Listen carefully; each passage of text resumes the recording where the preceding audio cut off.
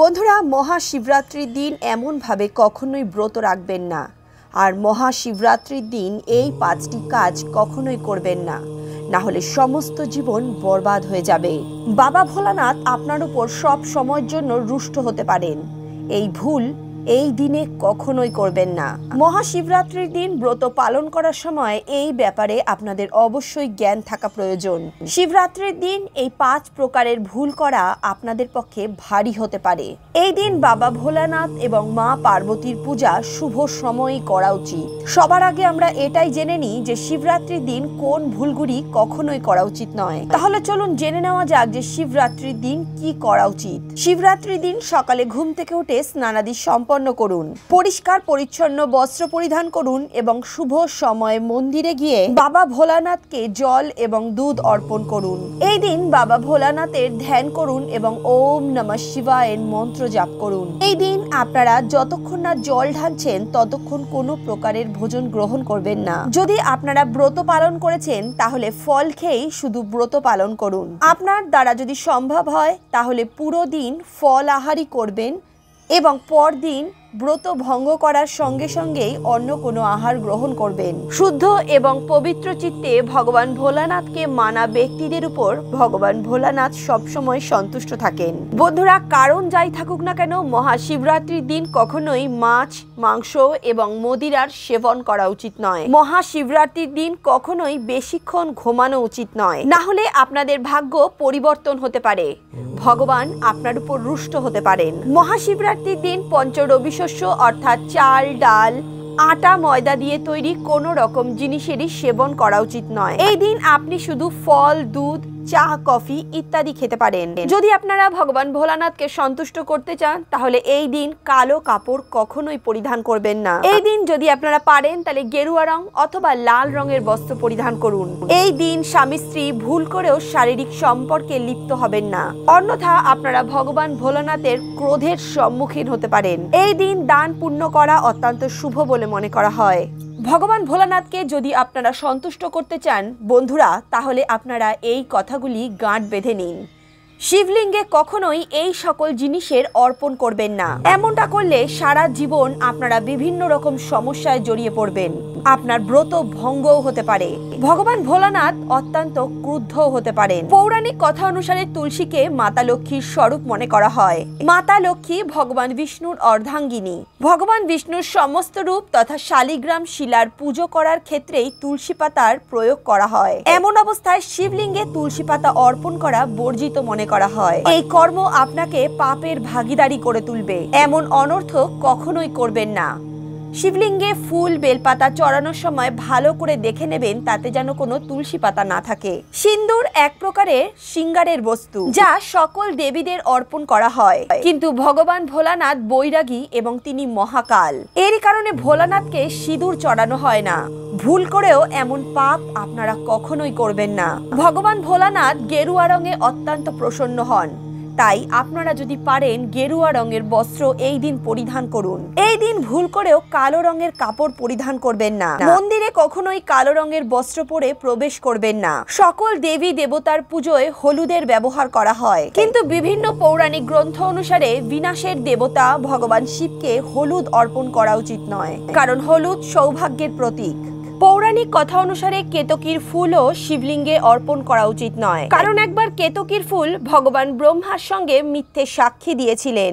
একথা জানার পর ভগবান ভোলানাথ ক্রোধিত হয়ে গেলেন এবং তিনি কেতকীর ফুলকে অভিশাপ দিয়েছিলেন এবং বলেছিলেন শিবলিঙ্গে কখনোই কেতকীর ফুল অর্পণ করা যাবে না। বন্ধুরা, পৌরাণিক মান্যতা অনুসারে এটা বলা হয় যে শিবলিঙ্গে নারকেলের জল কখনোই অর্পণ করা উচিত নয়, কারণ নারকেলের জলকে শুভ মনে করা হয় না। জলশঙ্খ দিয়েও ভগবান শিবের আরতি করা উচিত নয়, কারণ ভগবান শিব শঙ্খচূড় নামের এক দৈত্যকে বধ করেছিলেন। শঙ্খকে ওই অসুরের প্রতীক মনে করা হয়, যে ভগবান বিষ্ণুর ভক্ত ছিল।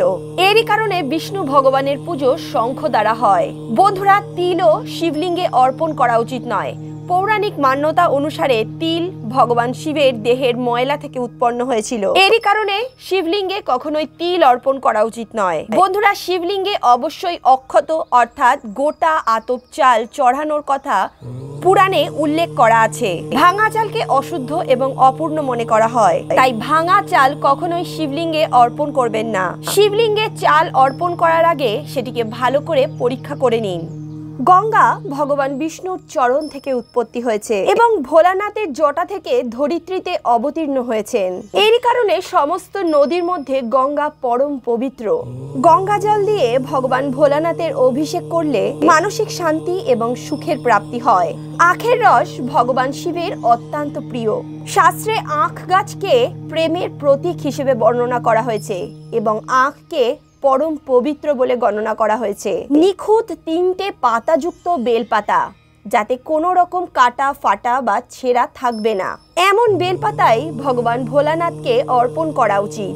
বেলপাতাকে ব্রহ্মা, বিষ্ণু এবং মহেশ্বরের প্রতীক বলে মনে করা হয়।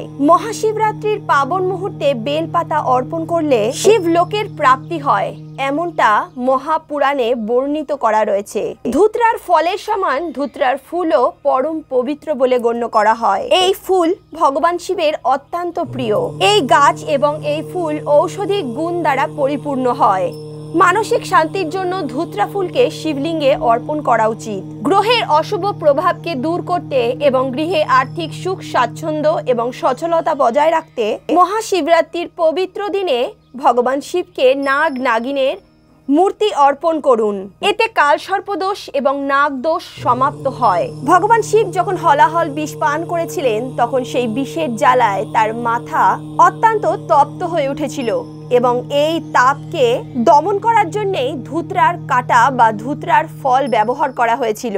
এর কারণে ভগবান শিবের পুজোয় বা শিবলিঙ্গে ধুতরার ফল অর্পণ করা হয় বা ধুতরার কাটা অর্পণ করা হয়। শিবরাত্রির পাবন মুহূর্তে শিবলিঙ্গে ধুতরার ফল অর্পণ করুন। এতে শত্রু দোষ থেকে মুক্তি পাওয়া যায়। সঙ্গেই ধন সম্বন্ধীয় বিভিন্ন রকম সমস্যার সমাধান হয়। ভাং ভগবান শিবের অত্যন্ত প্রিয়। শিবরাত্রির পবিত্র দিনে ভাঙের পাতাকে পিষে তা দুধ অথবা জলের মধ্যে গুলে ভগবান ভোলানাথের অভিষেক করুন। এতে সমস্ত প্রকার রোগ থেকে মুক্তি পাওয়া যায়। চলুন এখন জেনে নেওয়া যাক যে মহাশিবরাত্রিতে আপনারা কি খাদ্য গ্রহণ করতে পারেন। বন্ধুরা, মহাশিবরাত্রি গঙ্গা জলের মতোই পবিত্র হয়। এই দিনের প্রত্যেকটি মুহূর্ত গঙ্গা জলের সমান পবিত্র এবং গুণকারী মনে করা হয়েছে। শিবরাত্রি ফাল্গুন মাসের কৃষ্ণপক্ষের চতুর্দশীতে পালন করা হয়। ভগবান ভোলানাথকে ভোলা ভান্ডারীও বলা হয়ে থাকে। তিনি এক ঘটি জলেই প্রসন্ন হন। মাত্র একটি বেলপাতাতেও তিনি অত্যন্ত প্রসন্ন হয়ে যান। কিন্তু ভগবান ভোলানাথ খুব তাড়াতাড়ি রেগেও যান।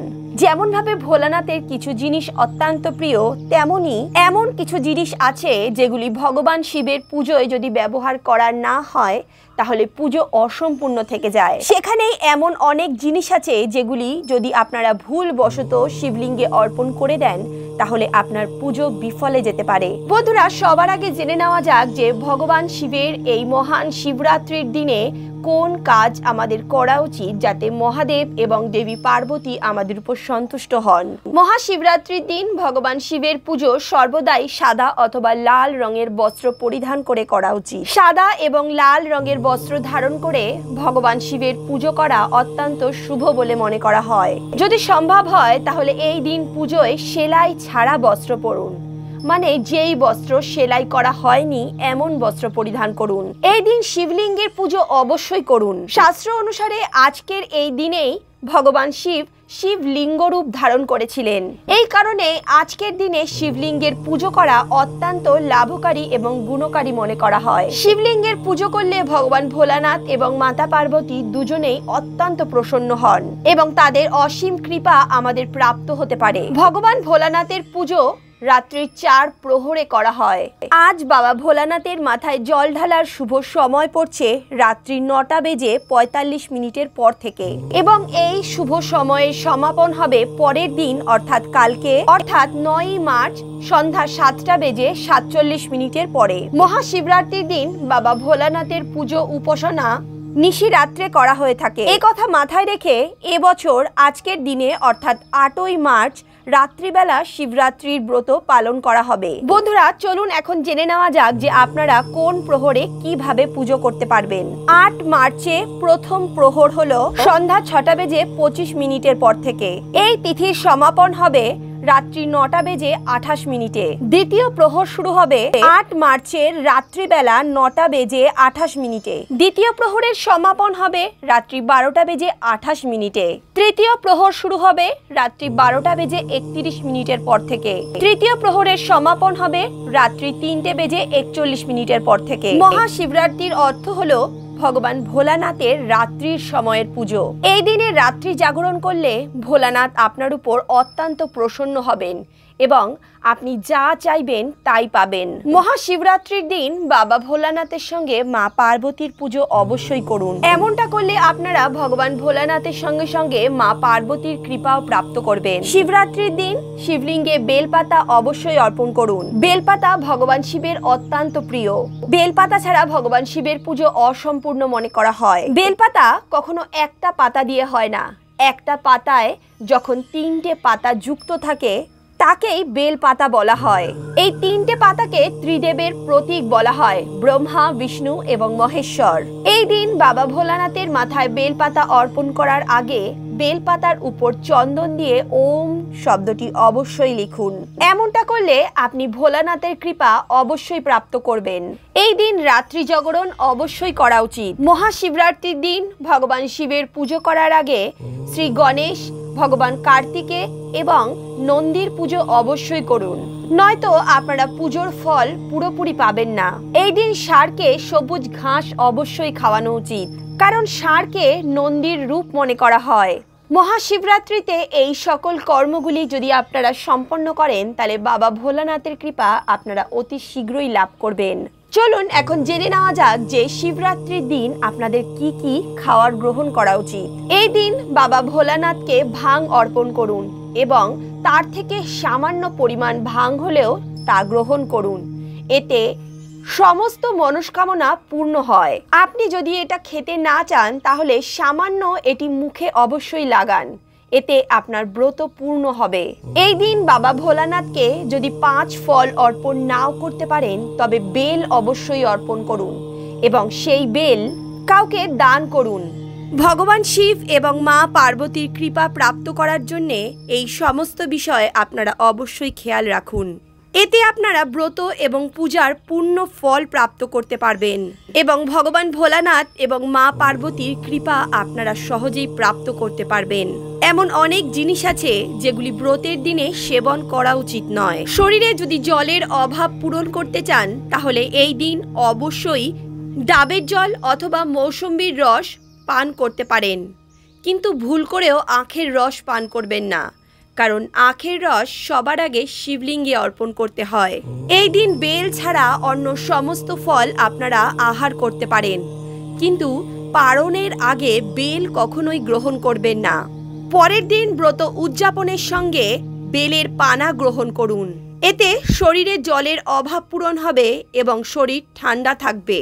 বন্ধুরা আজকের এই তথ্য যদি আপনাদের ভালো লেগে থাকে তাহলে কমেন্টে অবশ্যই হর হর মহাদেব এবং রাধে রাধে লিখতে ভুলবেন না।